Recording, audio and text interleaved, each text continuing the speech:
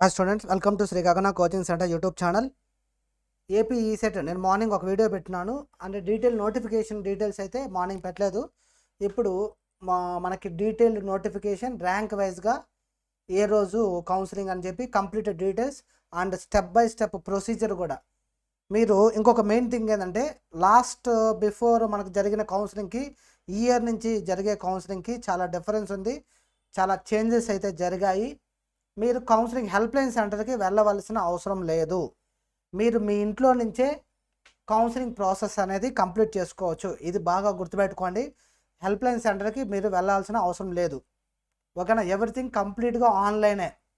అది ఎలా అనేది నేను మీకు ఏ విధంగా ఆన్లైన్లో మీరు చెక్ చేసుకోవాలనేది కూడా డీటెయిల్గా చెప్తాను. కాస్త పేషెన్స్గా వినండి. చూడండి, డీటెయిల్ నోటిఫికేషన్లో online payment of processing fee. మీరు ప్రాసెసింగ్ ఫీజు పే చేయాలి. ఆ ఫీజు కూడా ఎంత పే చేయాలి అనేది ఇక్కడ కింద వాళ్ళు మెన్షన్ చేశారు. బేస్డ్ ఆన్ ద క్యాష్ని బట్టి ఇక్కడ ఉంది చూడండి.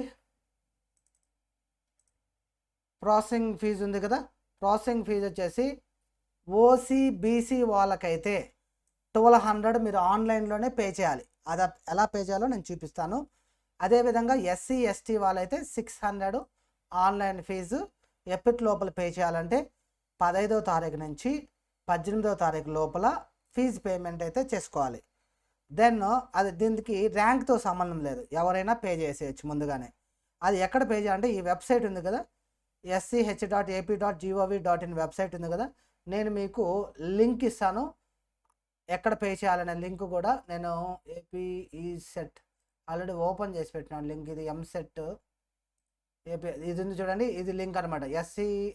sch.ap.gov.in మీకు వెబ్సైట్లో నేను కింద ఈ యూట్యూబ్ డిస్క్రిప్షన్లో ఈ వెబ్సైట్ యొక్క లింక్ కూడా పెడతాను. ఇది కంప్లీట్ వెబ్సైట్. దీంట్లో ఇంకా కొన్ని కాలమ్స్ యాడ్ అవుతాయి. అంటే వాళ్ళు ఈరోజు అన్నీ రెడీ చేస్తున్నారు కాబట్టి మీకు నైట్ లోపల మొత్తం కంప్లీట్గా ఈ సైడ్ రిజిస్ట్రేషన్ ఫాము, అంటే మీరు అమౌంట్ పే చేయాల్సింది ఈ సైట్లో పే చేయాలి. ఇక్కడ మీకు రిజిస్ట్రేషన్ ఫామ్ అనేది ఒకటి వస్తుంది. తర్వాత చెక్ యువర్ స్టేటస్, ఇవన్నీ కూడా వస్తాయి. అది నేను చూపిస్తాను.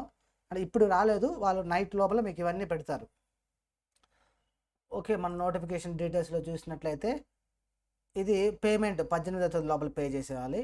Next online verification uploaded certificates at helpline centres. కొన్ని హెల్ప్లైన్ సెంటర్స్ లిస్ట్ ఇచ్చారు.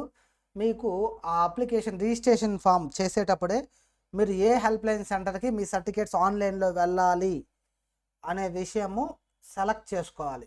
అంటే మీరేమి హెల్ప్లైన్ సెంటర్కి వెళ్ళాల్సిన అవసరం లేదు. ఏదైనా ప్రాబ్లం వస్తే వెళ్ళాలి, బట్ ఏ హెల్ప్లైన్ సెంటర్కి వెళ్ళాలి అనేది కూడా మీరు ముందుగానే ఫీజు పే చేస్తున్నారు కదా, ప్రాసెసింగ్ ఫీజు.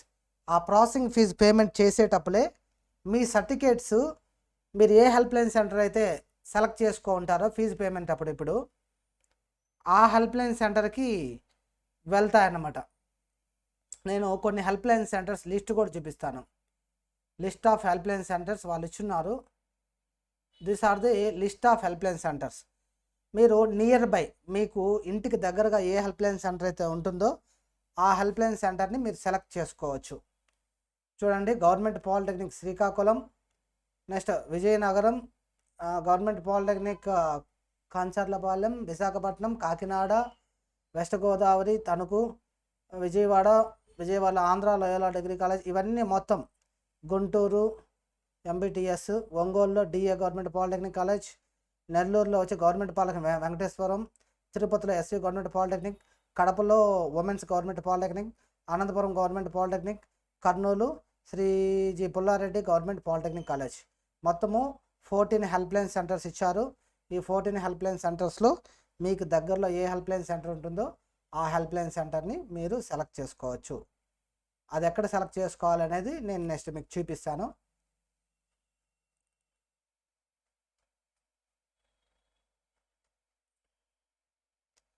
అండ్ ఇక్కడ 16th నుంచి 19th లోపల సర్టిఫికేట్స్ అన్నీ వెరిఫై అయిపోయిన తర్వాత ఆప్షన్స్ ఎప్పుడు పెట్టుకోవాలంటే 21st నుంచి 23rd లోపల ఆప్షన్స్ పెట్టుకోవాలి. ఇంకొక మెయిన్ థింగ్ ఏమంటే ఆప్షన్స్ పెట్టుకునే ప్రొసీజర్ కూడా చేంజ్ అయ్యింది.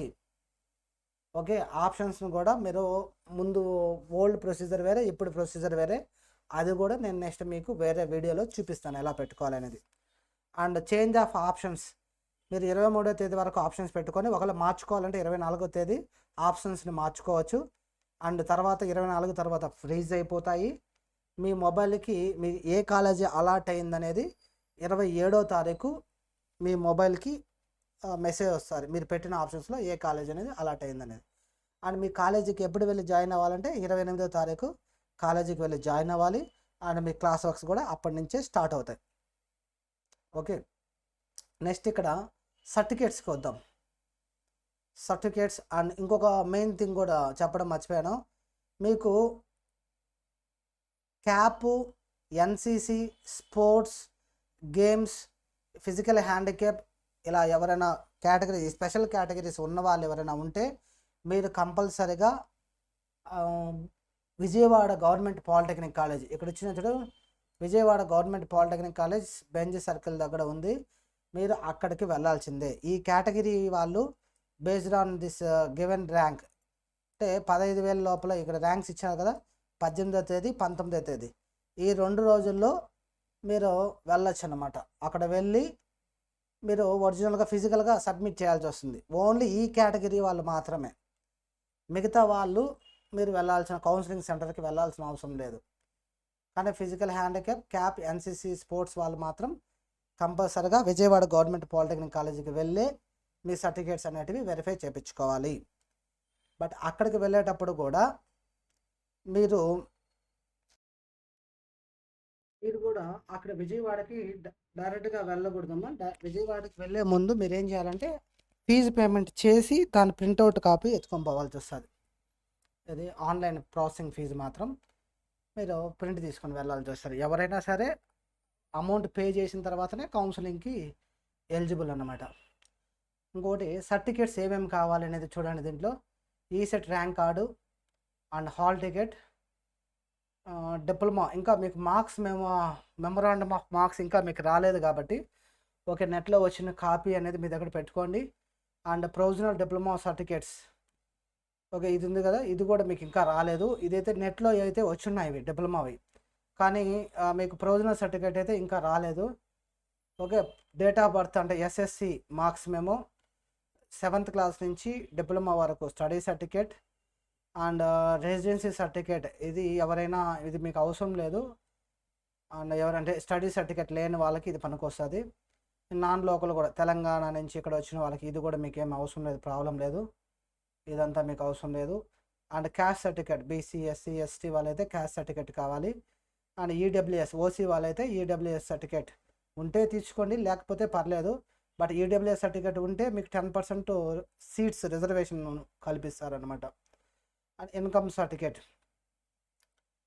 Reflected in the ration card, ఇది income certificate of parents from all sources it after 2018 or white ration card, income certificate కానీ లేదంటే వైట్ రేషన్ కార్డు కానీ, ఈ రెండిట్లో ఏదైనా పర్లేదు.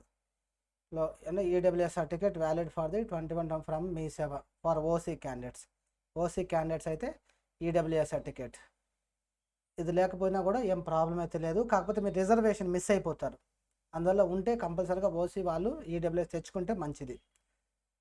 ఇది ఫిజికల్ హ్యాండిక్యాప్, ఎన్సీసీ వాళ్ళు ఆ original certificates. Option entry already ఇచ్చినారు, డేట్స్ ఫ్రమ్ 1 to 2 అనేసి, allotment of seats 27. Okay, list of help line centres, ఇది జనరల్గా ఓవరాల్గా డిస్కషన్. నెక్స్ట్ మనం ఏం చేద్దామంటే స్టెప్ బై స్టెప్ ప్రొసీజర్కి వెళ్దాం. స్టెప్ బై స్టెప్ ప్రొసీజరు మామూలుగా మీకు ఏం చేయాలంటే వాళ్ళు సైట్లో ఇక్కడ మొత్తం డీటెయిల్స్ అన్ని ఇవ్వాలి, ఇక్కడ కూడా ఇస్తాడనమాట. స్టెప్ బై స్టెప్ ప్రొసీజర్ అనేది ఇక్కడ మాన్యువల్ అనేది ఒకటి ఇస్తాడు, అది ఇప్పుడు ఇవ్వలేదు కాబట్టి నేనేం చేస్తాను అంటే మీకు మొన్న ఎంసెట్ వాళ్ళకి జరిగింది కదా, సేమ్ అదే ప్రొసీజర్ మీకు కూడా ఉంటుంది అనమాట. స్టెప్ బై స్టెప్ ప్రొసీజర్ అనేది అది ఎంసెట్ వాళ్ళది నేను మీకు చూపిస్తాను. ఇది మాన్యువల్, ఇదే విధంగా మీకు కూడా సైట్ ఓపెన్ ఉంది. ఇక్కడ ఏపీ ఎంసెట్ వాళ్ళు ఈఏపీ సెట్ అంటాము, ఈ ప్లేస్లో మీకు ఈ సెట్ అని పెట్టి సేమ్ ఈ కాలమ్స్ అన్నీ వస్తాయి. About web counselling manual, user manual instructions, ఇక్కడ ఉంది, నేను ఆల్రెడీ ఓపెన్ చేసినాను.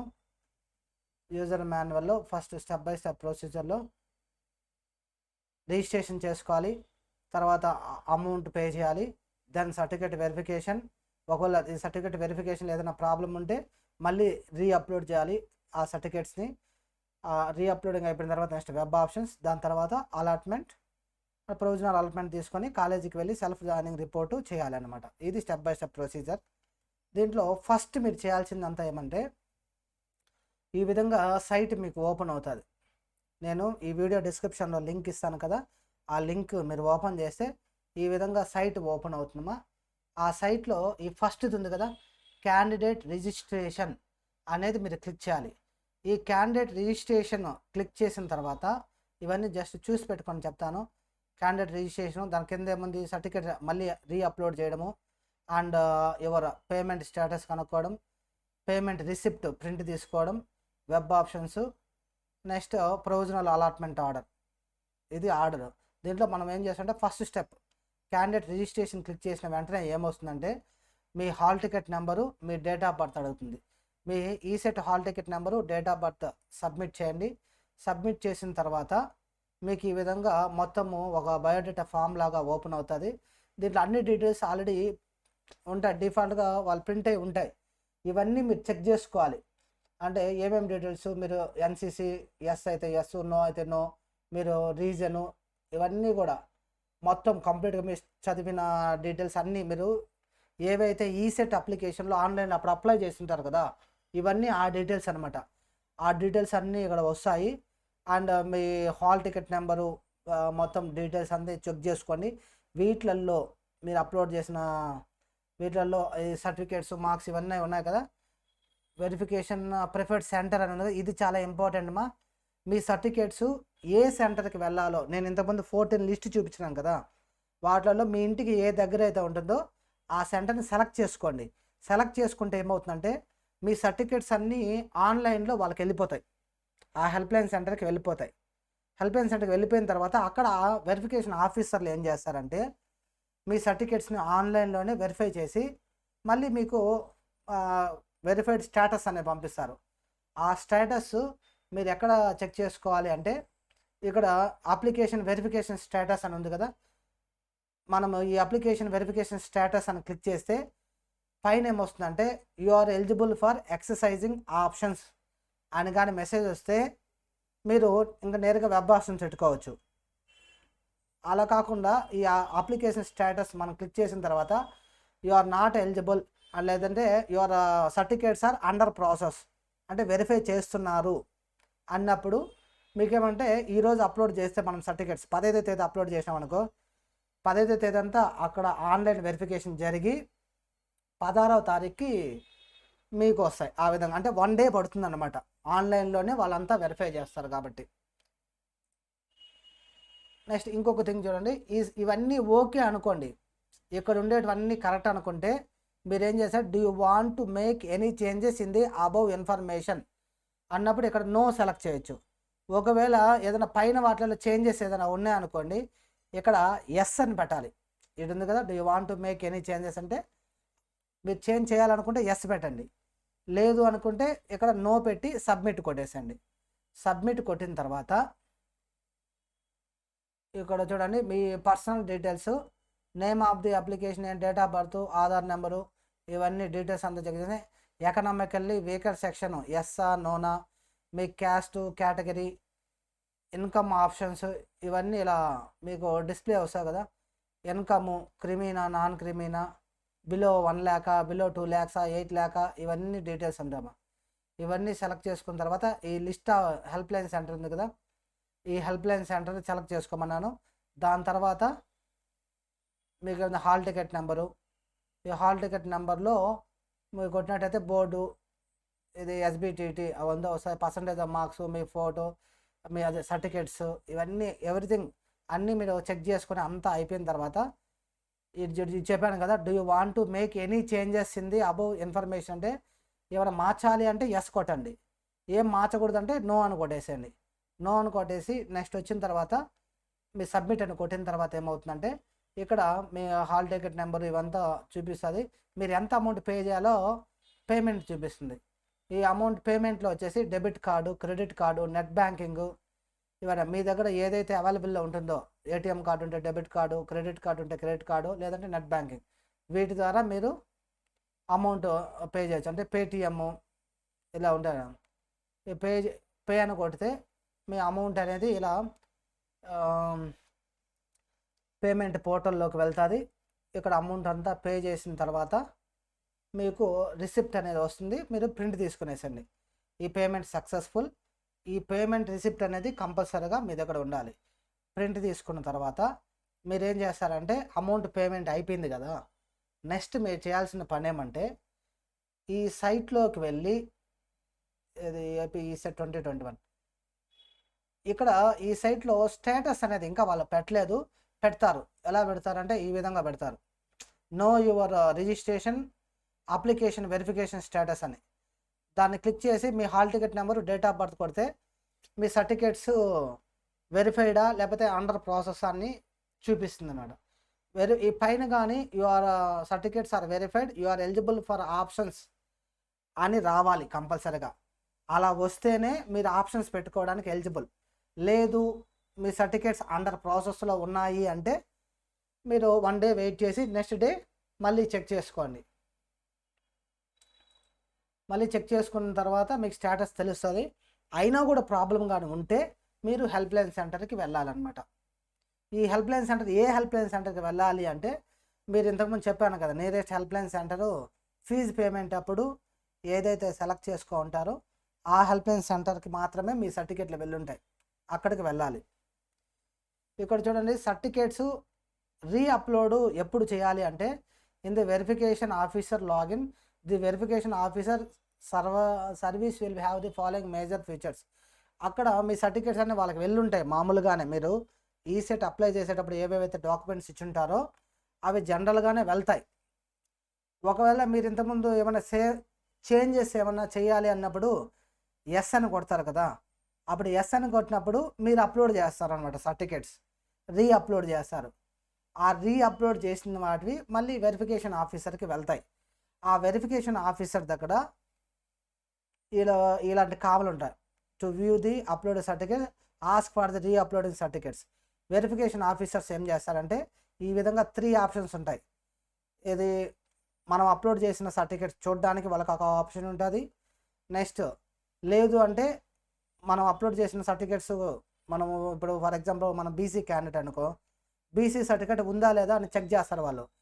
మీరు ఈసెట్ అప్లై చేసేటప్పుడు బీసీ క్యాస్ట్ సర్టిఫికేట్ కానీ అప్లై చేయకపోతే వాళ్ళు ఏం చేస్తారంటే ఆస్క్ ఫర్ రీఅప్లోడ్ అని పెడతారు మనకి. మనం ఏం చేయాలి, స్టేటస్ చెక్ చేసుకొని మళ్ళీ మన సర్టిఫికేట్ బీసీ సర్టిఫికేట్ని అప్లోడ్ చేయాలి.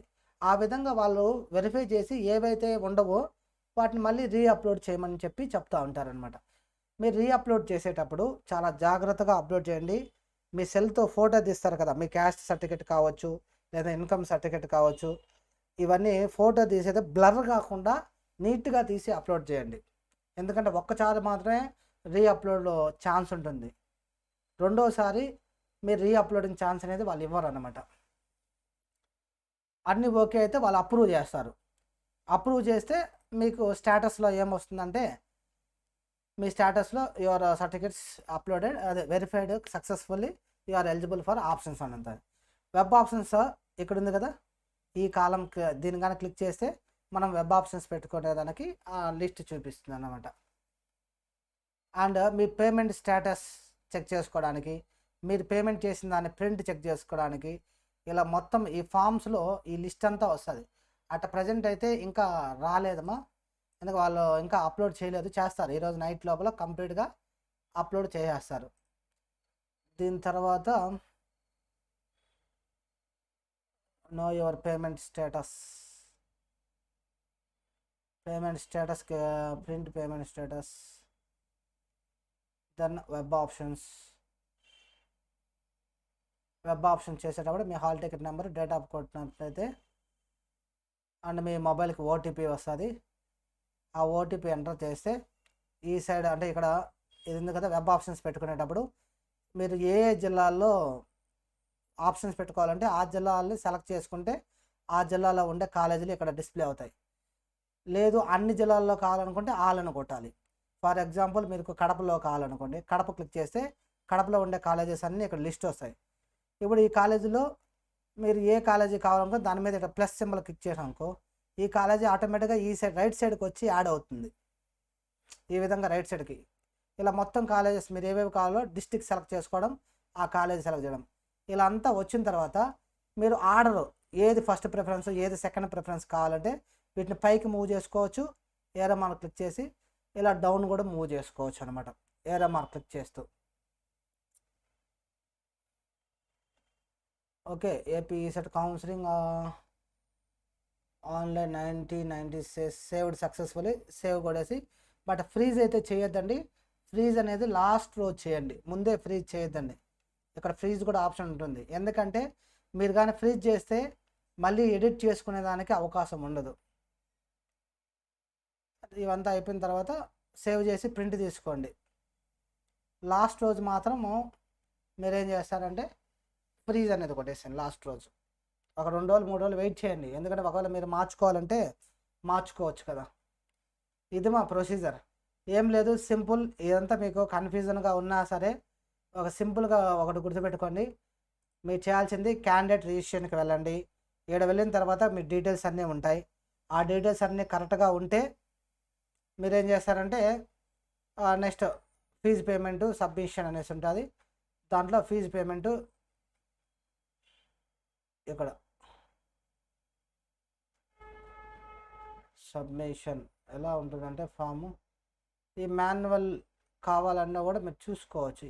ఇది ఎంసెట్ మాన్యువల్, ఇది స్టెప్ బై స్టెప్ ప్రొసీజర్. ఇవన్నీ కరెక్ట్గా ఉంటే ఇక్కడ ఎస్ అని కొడతారు. Do you want to make any changes, దీంట్లో ఏమైనా చేంజెస్ చేయాలంటే ఎస్ అని కొట్టండి. ఇవన్నీ కరెక్ట్గా ఉన్నాయి అనుకోండి, మనకేం చేంజెస్ లేకపోతే నో అని కొట్టండి చాలు. ఓకేనా. అండ్ మీరు ఎలిజిబుల్లా లేదా, వెబ్ ఆప్షన్స్ పెట్టడానికి ఎలిజిబుల్లా లేదా అనేది చెక్ చేసుకోవాలి అంటే మీరు ఏం చేస్తారంటే ఇక్కడ ఈ సెట్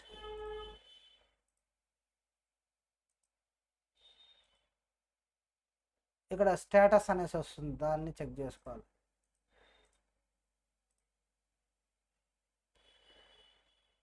ప్రింట్ పేమెంట్ రిసిప్ట్ ఇక్కడ ఒక కాలం లాగా వస్తామండి, ఇది వెరిఫికేషన్ అనేసి అని మీ స్టేటస్ చెక్ చేయడం, దాన్ని క్లిక్ చేస్తే చాలు. ఎలా ఉంటుందో ఒకటి చూపిస్తాను నేను మీకు.